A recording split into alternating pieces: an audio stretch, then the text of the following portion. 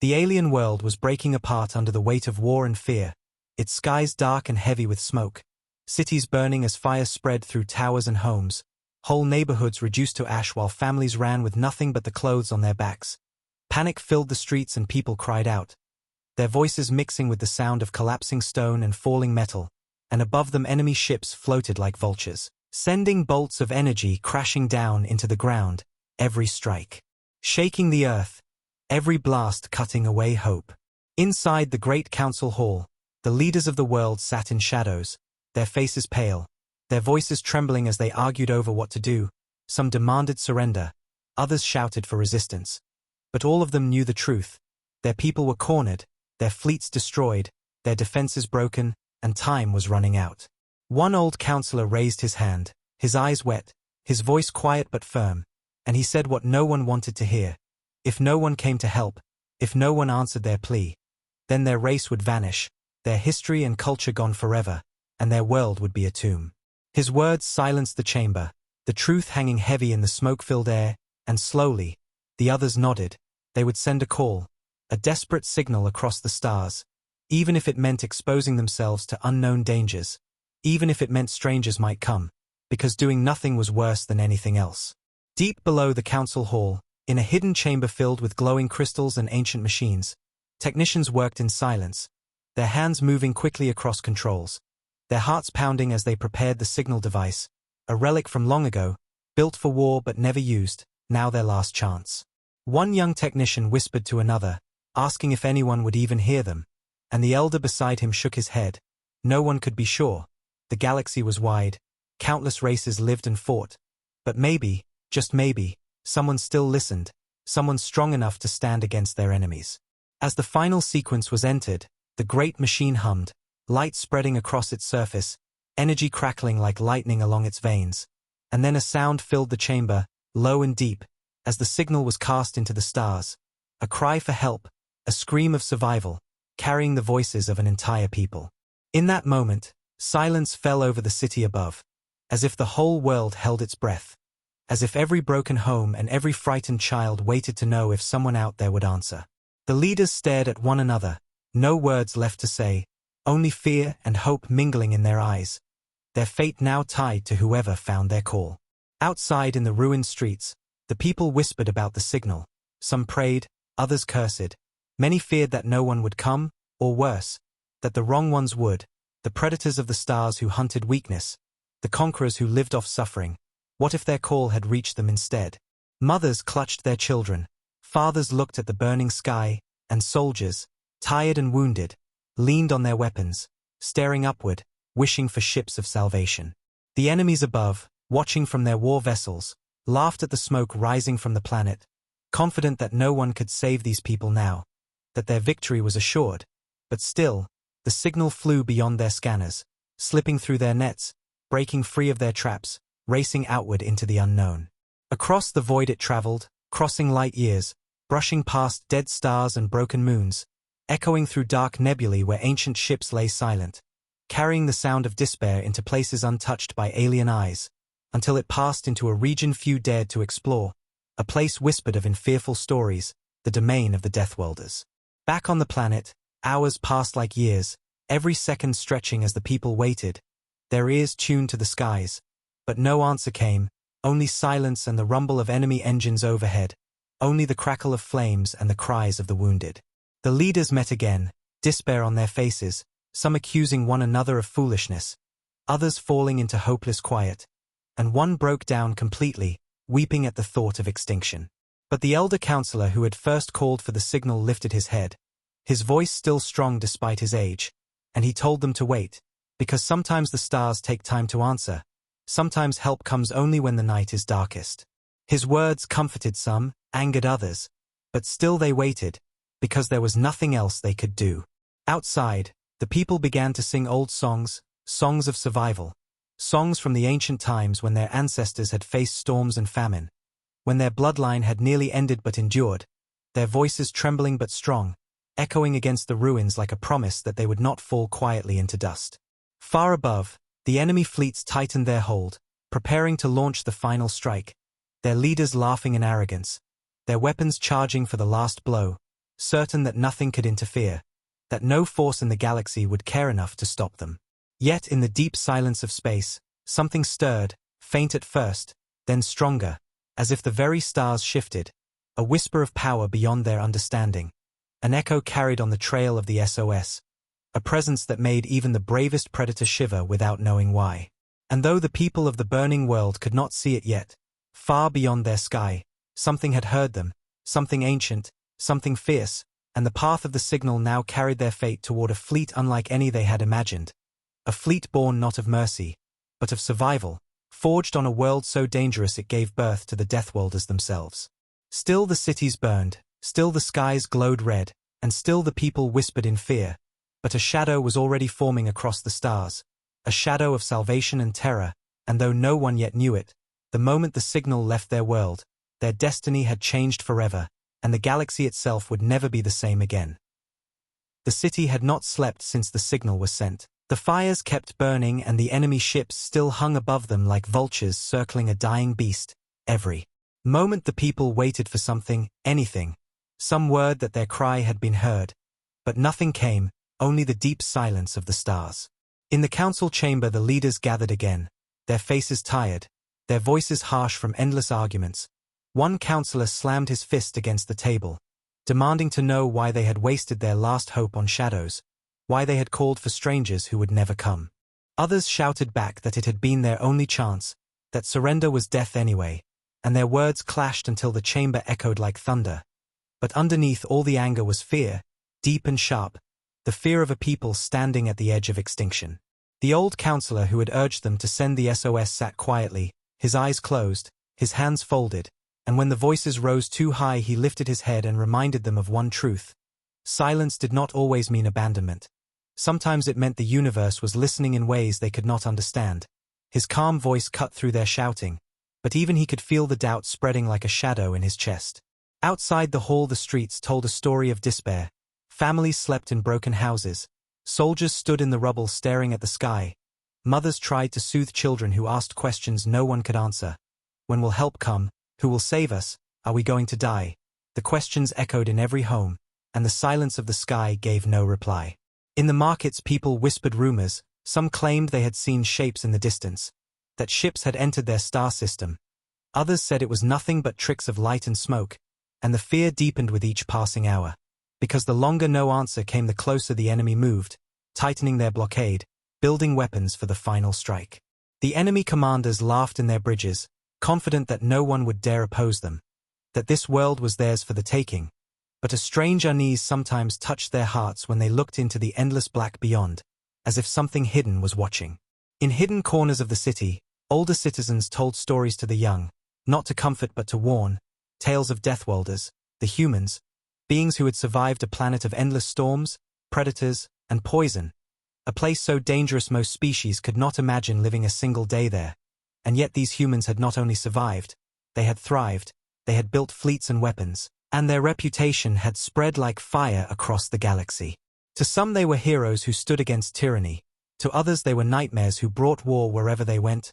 No one could agree, and that was what made the stories more frightening, because if the Deathworlders were the ones who heard the signal, then salvation and doom might arrive together. Children stared with wide eyes at these tales, some imagining humans as warriors wrapped in armor of steel, others as monsters with eyes of fire, and their parents hushed them, warning that such talk was dangerous. But still the whispers spread, and with them the tension in the city grew heavier. Hours turned into a day, the people's patience wore thin, and the leaders met again. This time with despair plain on their faces. One demanded surrender, another called for a last hopeless attack. A third broke down in tears, begging the others to think of the children, to do something before all was lost. In the silence that followed their cries, the old counselor rose once more, his voice weak but steady. He told them that the signal had gone into places they could not measure, across distances they could not map, and that to expect an answer so quickly was to misunderstand the vastness of the stars. He urged them to wait longer, because giving up now was no different than handing their enemy the knife. His words spread beyond the council chamber, carried by soldiers and workers, and though many still despaired, a fragile thread of patience returned, a last thin hope stretching across a world on fire. But in the skies above, things were beginning to change. Far beyond the reach of their scanners a shadow moved, faint at first, then stronger, a ripple across the blackness of space, something vast and disciplined, something ancient and dangerous. The enemy scouts who drifted at the edge of the system caught a whisper of it on their sensors, a flicker of massive signatures, but when they reported it their commanders dismissed them with laughter, calling it ghosts, tricks born from fear. Yet the scouts felt the unease crawl in their bones, because the shapes were too real, too heavy, and they did not fade like illusions should. On the broken world below, the people still waited, their skies still silent, their lives still on the edge of ending. But somewhere in the dark beyond their eyes, something had heard, and something was coming. The waiting stretched like torture, every moment heavier than the last, but the hook was already set, though the people did not know it. The silence of the stars was not absence. It was the sound of engines hidden in the void, engines that belonged to the Deathworlders, the ones who never ignored a cry for help, and when they came, nothing in the galaxy would remain the same. Whispers spread through the ruined city like smoke, curling through the streets, slipping into every broken home and shelter, and the whispers carried a single word that made hearts tremble: Deathworlders. No one knew who had spoken the word first, but once it had been said, no one could stop repeating it. And with each retelling the stories grew darker, stranger, and more powerful. Children huddled together in corners, wide-eyed, asking their parents what it meant, asking if the Deathworlders were saviors or monsters. But their parents had no answers, only the same fear, because the truth was that no one really knew. The elders told of a world where storms never rested, where beasts hunted without mercy, where even the plants carried poison sharp enough to kill. And yet from this nightmare world had risen a race unlike any other, a race that had learned to fight the impossible every day just to survive. They were called humans, but to the rest of the galaxy they were something more, something to fear, and to some, something to admire. In the council chamber the debate grew heated again. One leader declared that if it was truly the Deathworlders who had heard their cry, then they had doomed themselves, because humans were known to bring war like a shadow follows fire. Wherever they went empires crumbled, battles erupted, and peace shattered. But another counselor countered, his voice strong despite his fear, saying that the Deathworlders were also known to defend the weak, that they never ignored suffering, that they were dangerous, yes, but only to those who sought to crush others, and so maybe, just maybe, the Deathworlders were the only ones who could stand against their enemy. Their voices clashed in the hall, some shouting for hope, others demanding silence, the weight of legend pressing down on all of them. And above their heads the enemy fleet circled, unaware of the storm that might already be moving in the dark. In the streets, soldiers leaned on their weapons, tired and bleeding, listening to the rumors, their eyes lifting toward the stars with mixed feelings, part of them praying for help, part of them dreading what form that help might take. Some remembered fighting alongside mercenaries long ago who had sworn they once served under human commanders. They spoke of discipline sharper than a blade, of eyes that saw every weakness in an enemy, of weapons that roared like thunder. But they also spoke of merciless battles where humans did not stop until the enemy was broken, completely broken, leaving nothing behind but silence and smoke. The younger soldiers swallowed hard at these stories, unsure if they wanted such allies or if they feared them even more than the enemy above.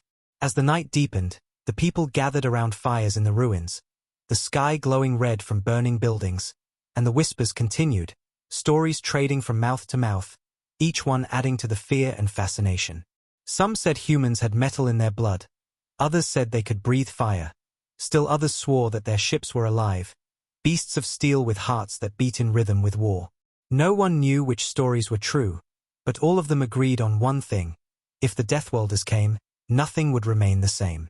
The children clung to their parents, their eyes fixed on the stars, wondering if the legends would step out of the darkness.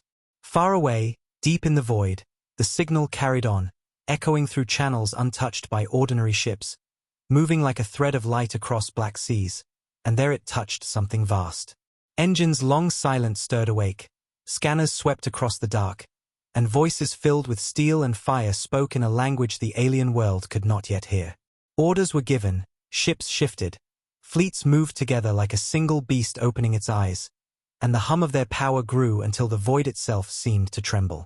The Deathworlders had heard, and unlike others, they did not hesitate, for to them a cry for help was not just a sound, it was a call of duty, a command written into their bones.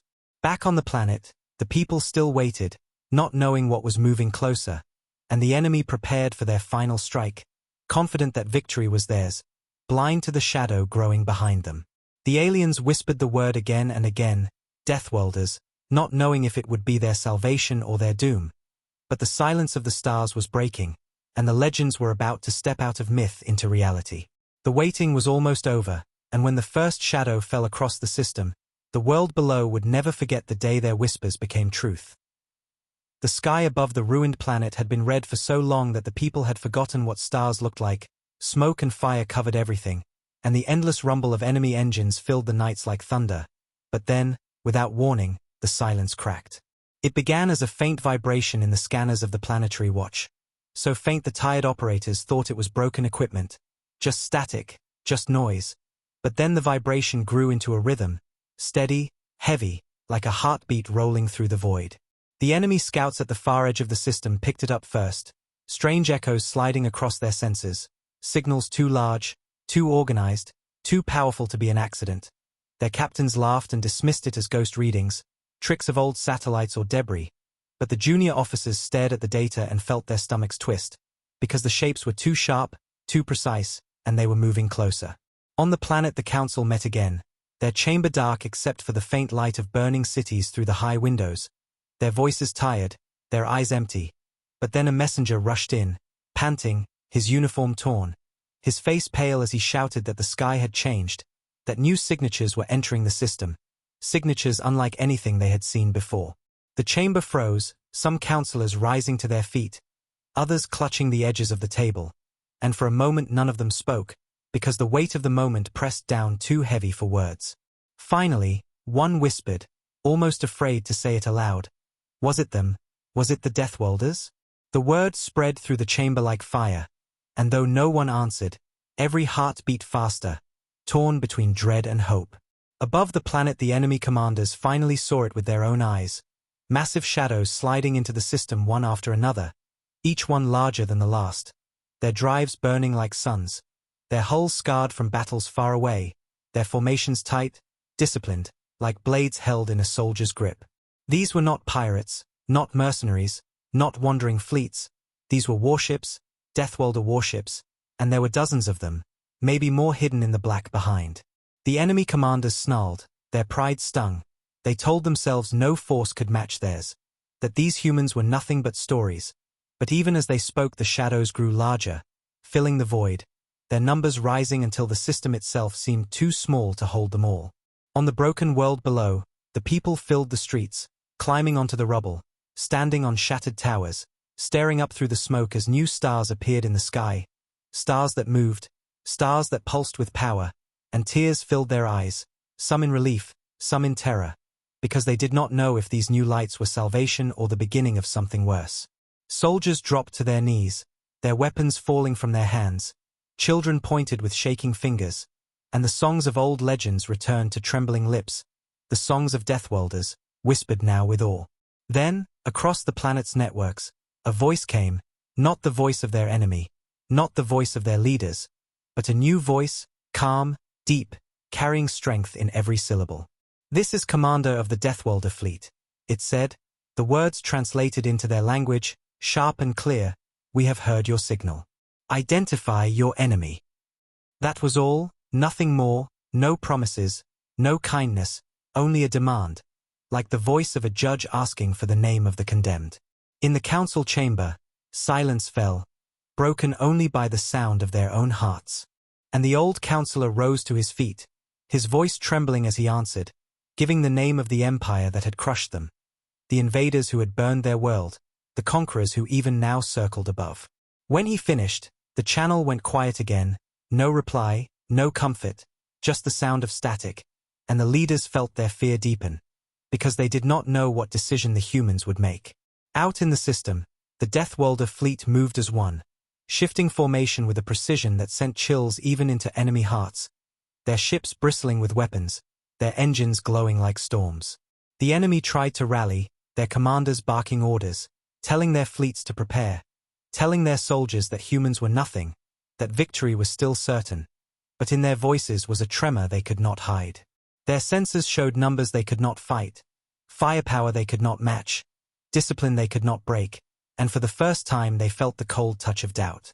The people on the planet could not see the details, but they could feel it, the tension in the air, the way the very sky seemed to hold its breath, and they knew something was about to happen, something that would decide everything. Children clung to their parents, soldiers gripped their weapons, the council bowed their heads, and the word whispered again through every home, Deathworlders, Deathworlders, Deathworlders. And then the first shot was fired, not by the planet, not by their enemy, but by the humans, a beam of white fire that cut across the void like the blade of a god, striking through an enemy battleship and tearing it in half as if it were nothing, the explosion lighting the system like a second sun. The people screamed, some in terror, some in joy.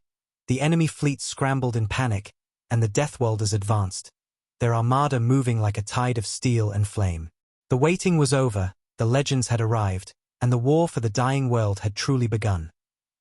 The planet shook under the thunder of war, though no weapon had touched its soil yet, the sound of destruction carried down from orbit, where the Deathworlder fleet faced the enemy. From the council chamber the leaders watched the skies, their monitors flashing with signals they barely understood, streams of energy arcing across space, enemy fleets breaking formation, explosions blooming like firestorms among the stars. The councillors sat frozen, unable to speak, their breaths shallow as they saw the Deathworlders fight with a precision that was beyond imagination. One ship moved, and the others shifted instantly, as if every vessel shared the same mind, their weapons cutting through battleships as if slicing paper, their armor glowing against counterfire that would have shattered any other race's fleet. The leaders whispered among themselves, asking if these were truly the same humans of legend, and one councillor, his voice barely audible, said that he had thought the stories exaggerated, but now he knew they were not stories at all, they were warnings. In the streets the people gathered, crowding into open spaces where the flames of battle lit the sky, and they stared upward as if watching gods strike each other across heaven.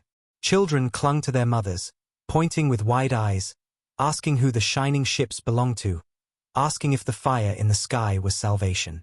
Soldiers stood silently, their weapons forgotten at their sides, because no training had prepared them for the sight of such overwhelming force. It was like watching a storm sweep across a sea, a storm that cared nothing for what lay in its path. Some cheered, others trembled, some wept with relief, and some whispered that their saviors were more terrifying than the enemies they faced. For the Deathworlders fought without hesitation, without fear, without mercy. The enemy commanders shouted on their bridges, ordering their fleets to regroup, to strike back, but every order was answered with chaos. Their ships were cut apart before they could even form lines, their weapons silenced before they could fire, their communications jammed, their courage shattered.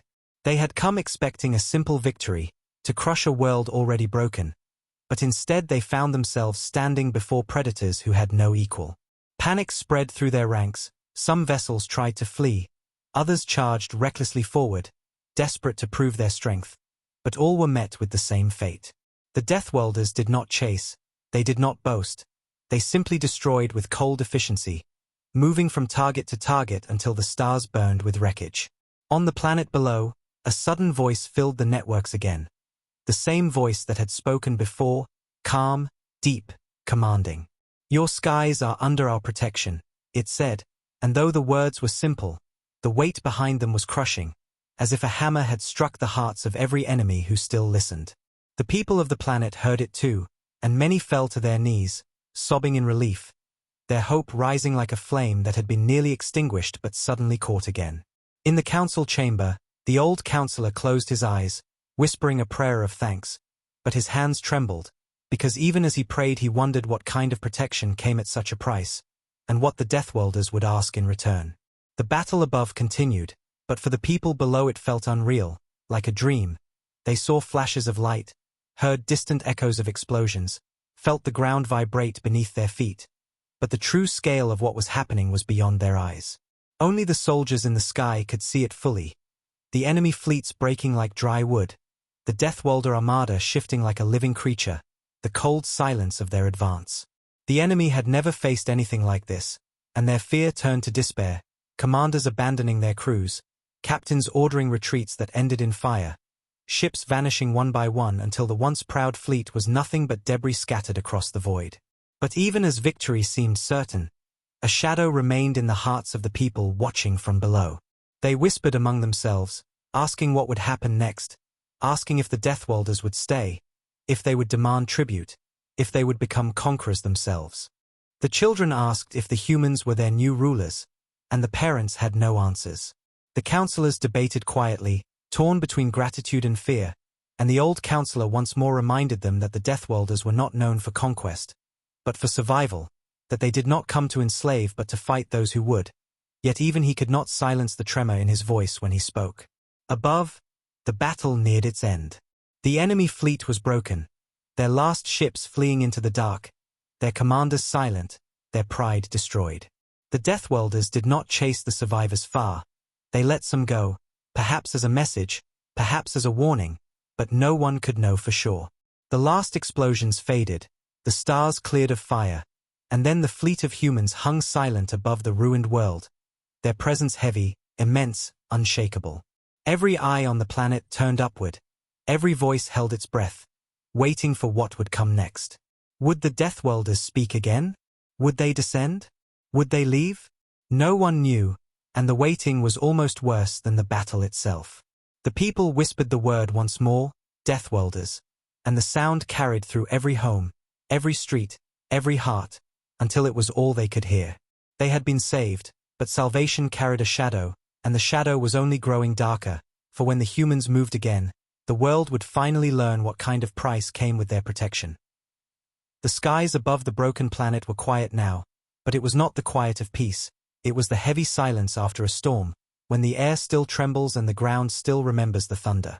The enemy fleet was gone, reduced to wreckage drifting like black ash among the stars, and in their place the Deathworlder ships hung like mountains of steel, unmoving, unshaken, watching. The people of the planet filled the streets, looking upward, their hearts pounding, their voices hushed, for though the battle had ended, the true fear was only beginning.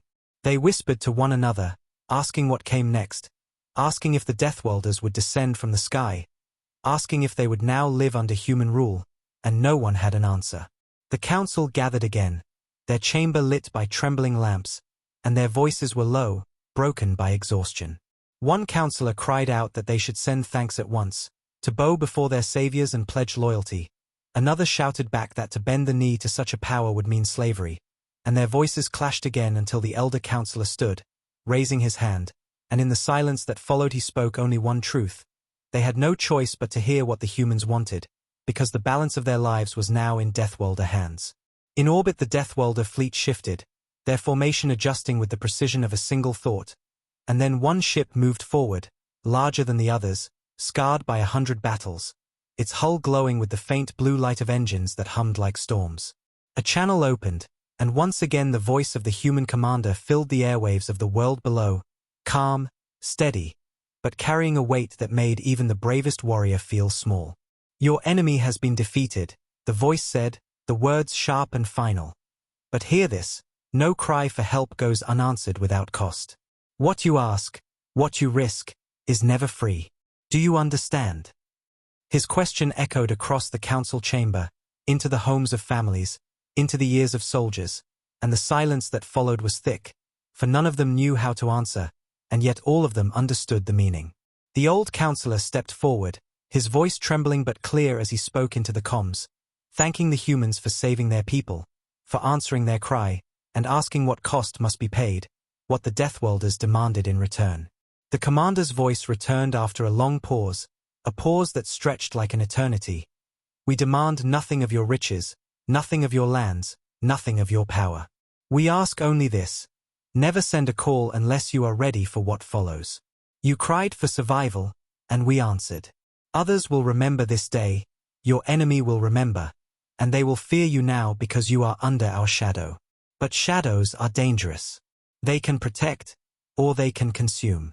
Choose carefully if you ever call us again.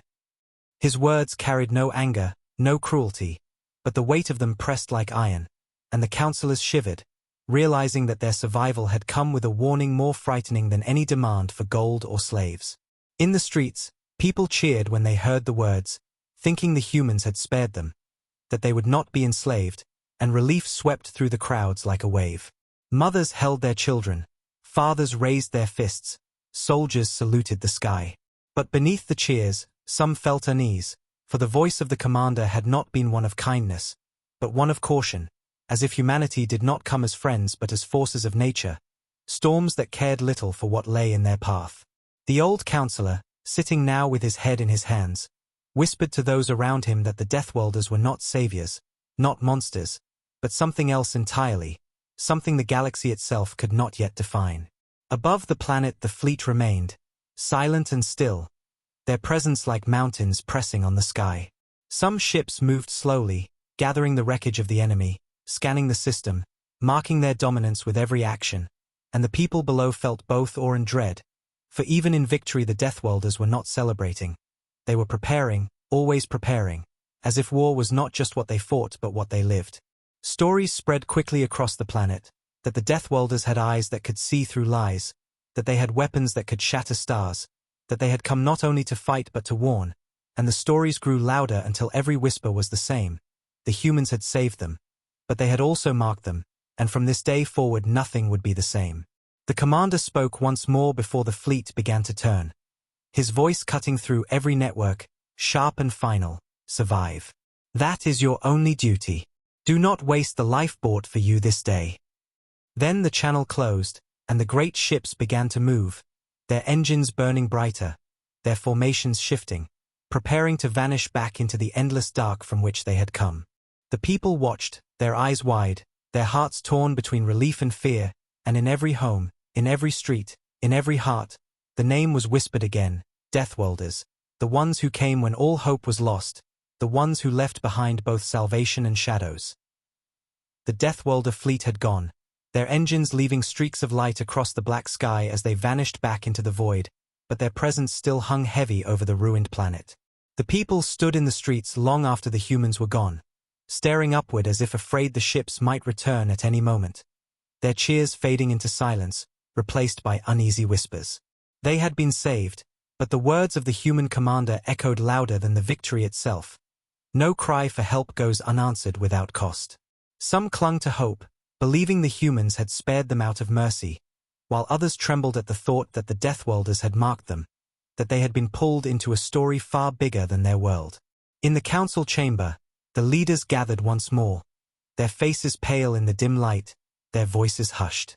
One counselor argued that they must celebrate, that their survival was a miracle, but another shouted back that it was no miracle at all. It was a warning, that the humans had not come as friends but as storms. The elder counselor listened to them argue until his patience broke, and then he told them the truth as he saw it.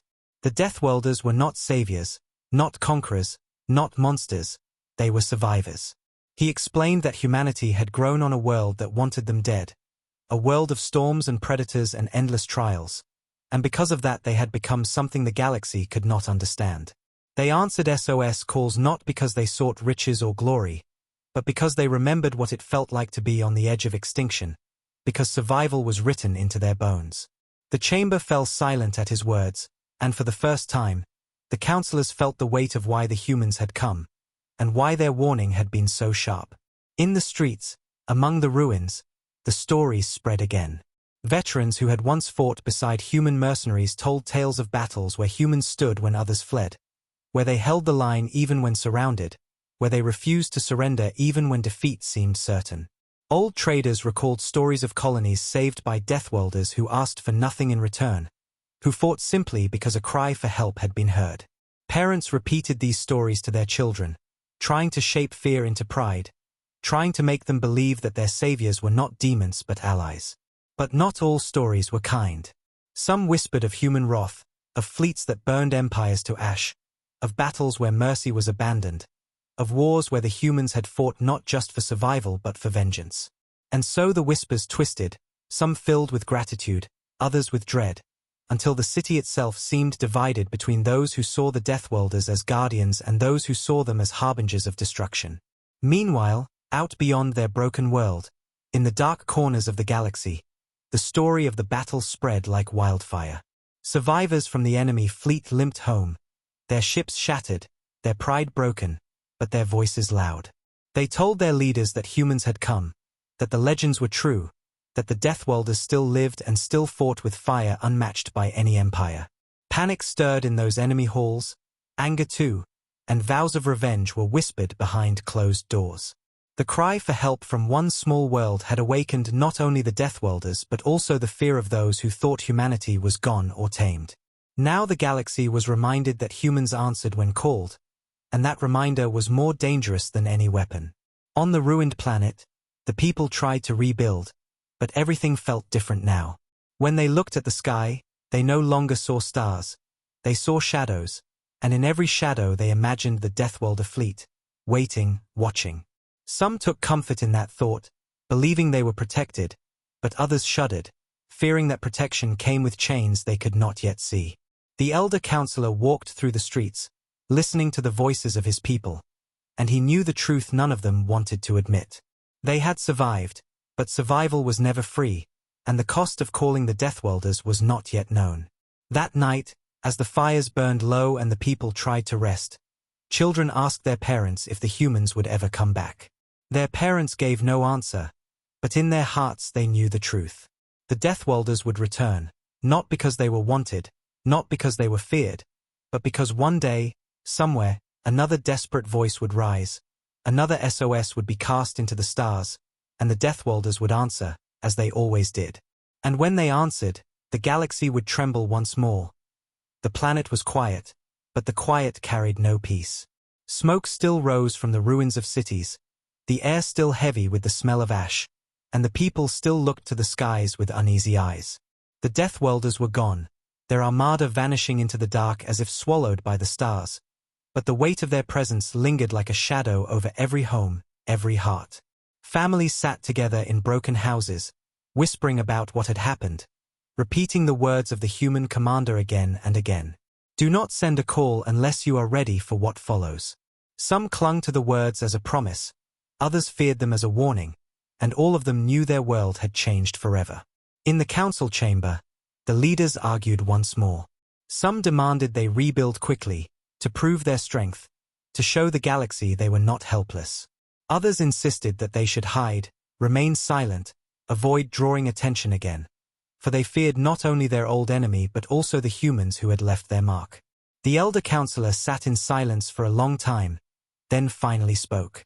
He told them that the galaxy had seen their survival, and that no matter what they did, they could not hide. Their world had become a symbol, not by choice but by fate. Every empire, every fleet, every wandering trader would know that the Deathworlders had come for them, and that knowledge would spread like fire. Some would respect them for it. Others would fear them, and still others would see them as bait, as the spark to draw the humans out again. Far across the stars, in the enemy's halls of power, the survivors of the broken fleet arrived, their ships scarred and limping, their voices bitter with shame. They fell before their warlords, confessing their defeat, and their leaders listened in silence, their eyes narrowing with fury. The survivors spoke of the humans, of their ships that moved like predators, of weapons that shattered fleets, of voices that carried command like thunder. They begged forgiveness, but their words only deepened the rage of their rulers. The enemy empire had believed the humans gone, believed their legends faded into myth, but now the truth had returned like a blade pressed against their throat. They swore vengeance, not just against the broken world that had called for help, but against the Deathworlders themselves. Plans began to form in the shadows, fleets gathered in secret, and the vow was whispered through their halls. Humanity must be crushed before their power spread again. On the ruined world, the people did not know of these vows, but they felt the eyes of the galaxy turning toward them. Traders arrived sooner than expected, their ships cautious, their words careful, asking what it had been like, asking if the stories were true, asking if the Deathworlders had truly answered. Some brought gifts, others brought questions, and some simply came to see the faces of those who had been saved. The people quickly realized they had become something they never wished to be. Proof. Proof that the Deathworlders answered when called, proof that the legends were not dead, proof that in the darkest hour, humanity would come with fire and steel.